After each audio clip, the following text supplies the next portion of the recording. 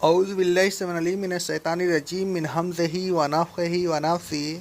سورہ بقرہ کی آیت نمبر 138 سے لے کر کے 141 تک اللہ رب العالمین کا ارشاد گرامی ہے، اور اے ایمان والوں ان سے کہہ دو کہ ہم پر تو اللہ کا رنگ چڑھا ہوا ہے، اور اللہ سے بہتر کس کا رنگ ہو سکتا ہے، اور ہم تو بس اس کی عبادت کرتے ہیں۔ اور اے رسول صلی اللہ علیہ وسلم ان سے پوچھئے کیا تم اللہ کے معاملہ میں ہم سے جھگڑ رہے ہو، حالانکہ وہ ہمارا بھی رب ہے اور تمہارا بھی، اور اگر تم اس کے معاملہ میں شرک سے باز نہیں آئے تو سن لو، ہمارے اعمال ہمارے لیے ہیں اور تمہارے اعمال تمہارے لیے ہیں، اور ہم تو بہرحال خالص طور پر اسی واحد الہ کی عبادت کرنے والے ہیں۔ اور کیا تم دعویٰ کرتے ہو کہ ابراہیم، اسماعیل، اسحاق، یعقوب علیہ السلام اور ان کی اولاد یہودی یا عیسائی تھے؟ ہرگز نہیں، وہ تو سب مسلم تھے۔ اور اے رسول صلی اللہ علیہ وسلم آپ ان سے پوچھئے کیا تم زیادہ جانتے ہو یا اللہ؟ اللہ تو فرماتا ہے کہ وہ مسلم تھے، اور جانتے تو تم بھی ہو کہ وہ مسلم تھے، لیکن تم حق کو چھپاتے ہو۔ اور اس سے زیادہ ظالم کون ہوگا جو اللہ کی شہادت کو جو اس کے پاس موجود ہے یہ چھپاتا ہے؟ کیا اس کو نہیں معلوم کہ اللہ سے کوئی چیز مخفی نہیں رہ سکتی؟ اور اے اہل کتاب جو کچھ تم کر رہے ہو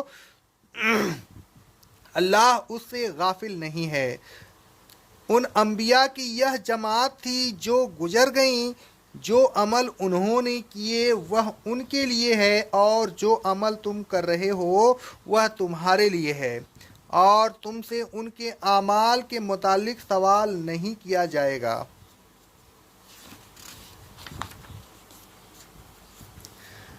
گزشتہ آیت میں اللہ تبارک و تعالیٰ نے بتایا کہ ابراہیم علیہ السلام، یعقوب علیہ السلام اور ان کی اولاد سب اللہ تعالیٰ کے مسلم تھے۔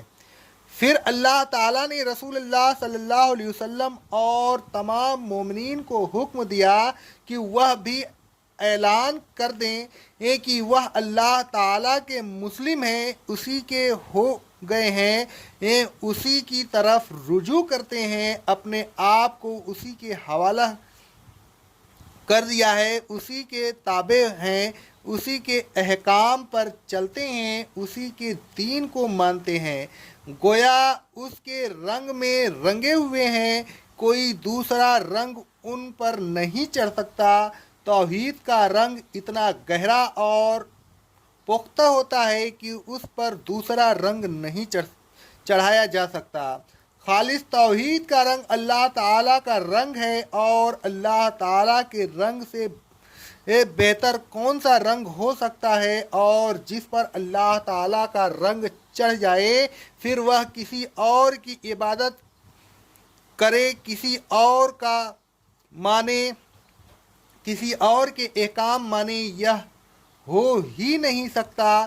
یہی وجہ ہے کہ اللہ تبارک و تعالیٰ نے آگے فرمایا وَنَحْنُ لَهُ عَابِدُونَ، کہہ دو کہ ہم اسی واحد یکتا کے پرستار ہیں، اور یہ حقیقت بھی ہے کہ جو اس کا مسلم بن گیا پھر وہ کسی اور کا پرستار کیسے ہو سکتا ہے؟ وہ کسی اور کے قانون پر کیسے چل سکتا ہے؟ یہ نہیں ہو سکتا کہ کوئی شخص مسلم بن کر اپنے آپ کو اللہ تعالیٰ کے حوالے کر کے پھر کسی اور کے مذہب اور قانون پر عمل کرے۔ اللہ تبارک و تعالیٰ فرماتا ہے سورہ زمر کی آیت نمبر 3 میں الا للہ الدین الخالص، دین خالص اللہ کے لیے ہے۔ گویا اللہ تعالیٰ نے اہل کتاب کو صاف جواب دے دیا کہ یہودی یا عیسائی بننے سے ہدایت نہیں مل سکتی، یہ ہدایت تو اللہ تعالیٰ کی طرف سے نازل ہوتی ہے اور وہ ان کو ملتی ہے جو اس کے رنگ میں رنگ جاتے ہیں، اس کے دین کو اختیار کرتے ہیں اور تمام ادیان باطل سے منہ موڑ لیتے ہیں۔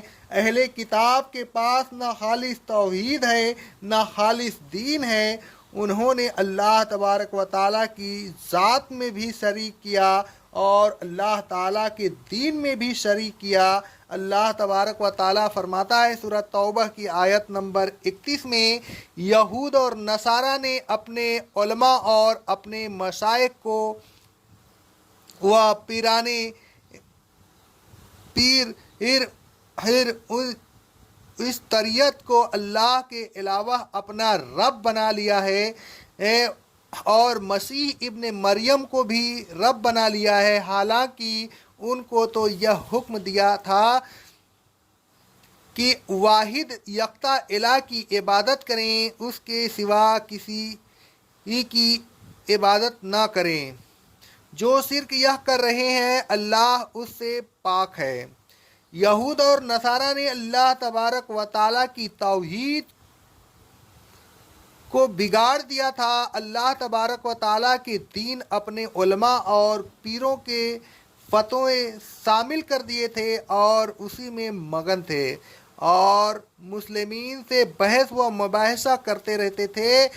اللہ تبارک و تعالیٰ نے فرمایا، کل اتحاجوننا فی اللہ، اے رسول صلی اللہ علیہ وسلم ان سے پوچھئے کیا تم اللہ کی توحید اور اس کے دین کے معاملہ میں ہم سے جھگڑتے ہو ربنا و ربکم، وہ تو تمہارا بھی رب، تمہارا ہی رب نہیں تمہارا بھی رب ہے، ہم اس کے توحید کی تسلیم کرتے ہیں، تم بھی تسلیم کرو، ہم صرف اسی کے دین کو تسلیم کرتے ہیں، تم بھی اسی کے دین کو تسلیم کرو، اور اگر تم ہماری بات نہیں مانتے تو پھر سمجھ لو کہ ہمارے اعمال ہمارے لیے ہیں، ہمیں ہمارے اعمال کا بدلہ ملے گا اور تمہارے اعمال تمہارے لیے ہیں، تمہیں تمہارے اعمال کا بدلہ ملے گا۔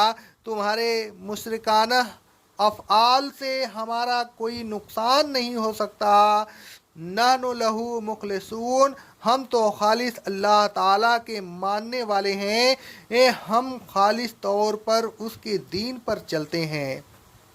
ایک اور جگہ اللہ تبارک و تعالیٰ فرماتا ہے سورہ کی آیت نمبر 15 میں، اے رسول صلی اللہ علیہ وسلم کہہ دیجئے کہ ہم اسی کتاب پر ایمان لایا جو اللہ نے نازل فرمائی ہے اور مجھ پر حکم ملا ہے کہ ہم تم لوگوں میں انصاف کریں۔ اللہ ہمارا بھی رب ہے اور تمہارا بھی رب ہے، ہمارے اعمال ہمارے لیے ہیں اور تمہارے اعمال تمہارے لیے ہیں، ہمارے اور تمہارے درمیان کوئی بحث و مباحثہ نہیں، دنیا میں ہمارے اور تمہارے اختلاف کا فیصلہ مشکل ہے، اس کا فیصلہ روز محشر ہی ہوگا، اس دن اللہ ہم سب کو جمع کرے گا اور اس کی طرف ہم سب کو لوٹ کر جانا ہے۔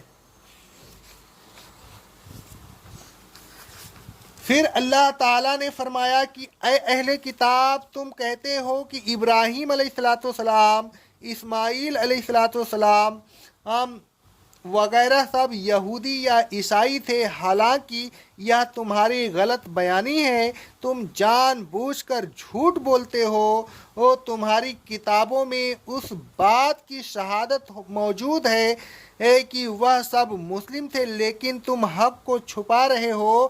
حق کو چھپانے والے سے زیادہ کون ظالم ہو سکتا ہے؟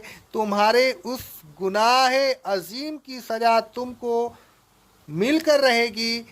تم یہ نہ سمجھنا کہ اللہ تعالیٰ کو تمہارے اس گناہ کی خبر نہیں، اسے ہر بات کی خبر ہے، وہ تمہارے اعمال سے غافل نہیں ہے۔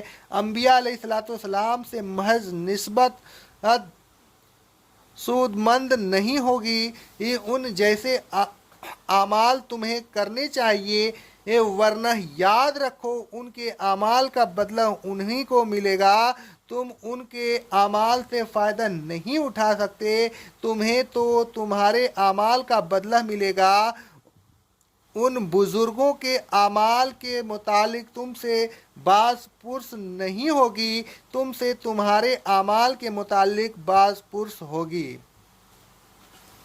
اے لوگوں، اللہ تبارک و تعالیٰ کا رنگ چڑھائیے، آپ کی تمام حرکات و سکنات سے یہ معلوم ہونا چاہیے کہ آپ اللہ تعالیٰ کے ہیں، آپ کے تمام اعمال سے اطاعت الہی اور توحید کامل کا مظاہرہ ہونا چاہیے۔ اے لوگوں، شریعت الہیہ کا ایک حسین مرکہ بن جائیے، اللہ تعالیٰ کے معاملہ میں، اللہ تعالیٰ کی توحید کے معاملہ میں اور اللہ تعالیٰ کے دین کے معاملہ میں فضول بحث و مباحثہ نہ کیجیے۔ جو کچھ اللہ تعالیٰ نے قرآن و حدیث کی صورت میں آپ کو دیا ہے اسے بے کم و کاست بغیر پس و پیش کے تسلیم کیجیے۔ جو عمل بھی آپ کریں اس میں نیت یہ ہونی چاہیے کہ آپ اس عمل کو خالص اللہ تعالیٰ کی رضا کے لیے کر رہے ہیں۔ یہ یاد رکھیے کہ انبیاء علیہ السلام فرقہ وارانہ ناموں سے منسوب نہیں تھے، یہ نام بعد والوں کی ایجاد ہے، ان سے پرہیز کیجیے۔ اے لوگوں، آبا و اجداد کے اعمال پر فخر نہ کیجیے، ان کے اعمال ان کے کام آئیں گے، تمہارے کام نہیں آ سکتے، آپ کو خود عمل کرنا چاہیے، آپ کے اعمال ہی آپ کے کام آئیں گے، آپ اپنی اصلاح کیجیے۔ آبا و اجداد کے اعمال کی باز پرس آپ سے نہیں ہوگی، آپ سے تو آپ کے اعمال کی باز پرس ہوگی، لہذا اس باز پرس کا خوف دل میں جاگرت کیجیے اور صحیح معنوں میں اللہ تعالیٰ کے مسلم بن جائیے۔ اقول قولی ھذا، استغفر اللہ، استغفر اللہ، استغفر اللہ۔